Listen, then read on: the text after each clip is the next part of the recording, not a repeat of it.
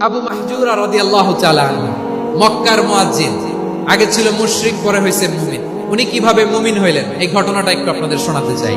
তো আপনাদের তো সময় নাই হাতে, হ্যাঁ সময় আছে। অষ্টম হিজরিতে হুনাইনের যুদ্ধে রাসূল সাল্লাল্লাহু আলাইহি ওয়াসাল্লাম ফিরে আসতেছেন মদিনায়।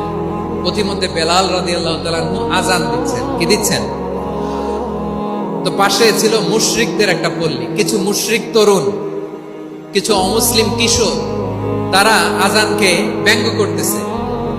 আমাদের বাংলায় মুখ ভেঙ্গানো বলে আর কি। বেলাল রাদিয়াল্লাহু তাআলা আনহু আজান দিচ্ছেন, ওই বাচ্চাগুলো মুশরিক, তো ওরা আজানকে ব্যঙ্গ করতেছে, বিকৃতি করে ওরাও আজান দিচ্ছে। উদ্দেশ্য হচ্ছে আজানকে নিয়ে ঠাট্টা করা। উদ্দেশ্য কি? ঠাট্টা করা। ব্যাপারটা মনে কষ্ট পাওয়ার মতো ব্যাপার না? কিন্তু বিশ্বনবী ওইখানে দেখেন কি খুঁজলেন।